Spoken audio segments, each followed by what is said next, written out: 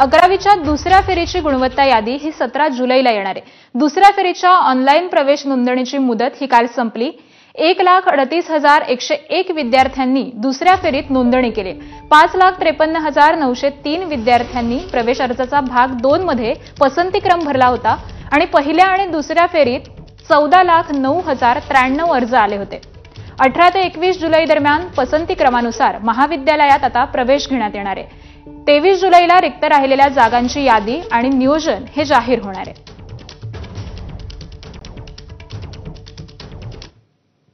पुढची बातमी पाहूयात।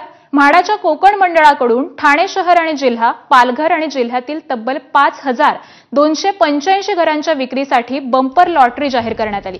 त्यानुसार इच्छुकांना आज दुपारी 1 वाजल्यापासून म्हाडाकडे ऑनलाईन अर्ज भरता येणार आहेत, तर लॉटरीची संगणकीय सोडत 3 सप्टेंबर रोजी काढली जाणार आहे। या लॉटरीतील घरांच्या किमती 25 लाखांपासून 60 लाखांपर्यंत आहेत।